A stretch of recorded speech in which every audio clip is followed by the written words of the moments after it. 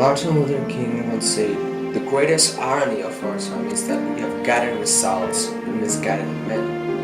So this friend of mine had a new business teacher in his school who claimed to have been teaching his field of expertise for the past 12 years.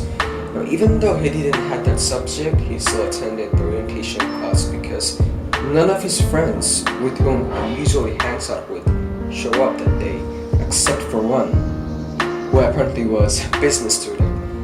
Now, shortly after the introduction, the whole class was asked what they want to be when they grow up. Replies were clamored out: doctors, engineers, lawyers, businessmen, whatnot. The teacher smiled and went on, "Okay, you want to be this and that? But we all have this one thing in common." He leaned on, rubbing his fingers, being very rich and wealthy, chasing billions. It's not wrong, you know. People do prefer luxury. But imagine if our life is based on earning millions and chasing success. Don't you think at one moment in our lives we find ourselves building a resume, not a life? Money can't buy you happiness is possibly the most debatable thing in the modern world. Some people confidently believe that money can't buy you happiness.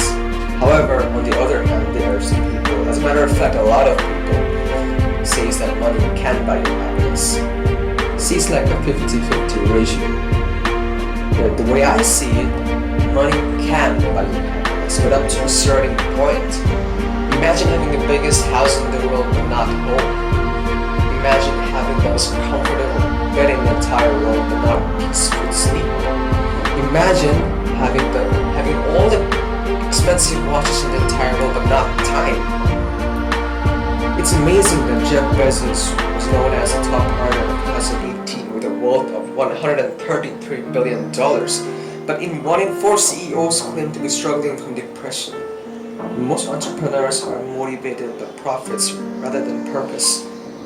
Individuals are measured by the size of their bank account and not their character.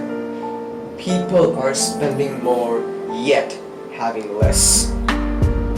Will Smith said, "We spend money we haven't earned on things we don't need to impress people we don't like, and it's bewildering that there are thousands of homeless kids on the streets who are genuinely much more happier than us with everything we have.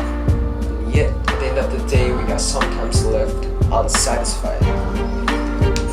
If we have clothes to wear, shoes to put on, a bed to sleep on, a roof to live under, and food to fill your stomach, then congratulations, you are richer than 75% of the world population." I'm not saying don't spend money on dreaming about earning millions. I'm saying that don't let that distract you from the fact that there's more to life than that.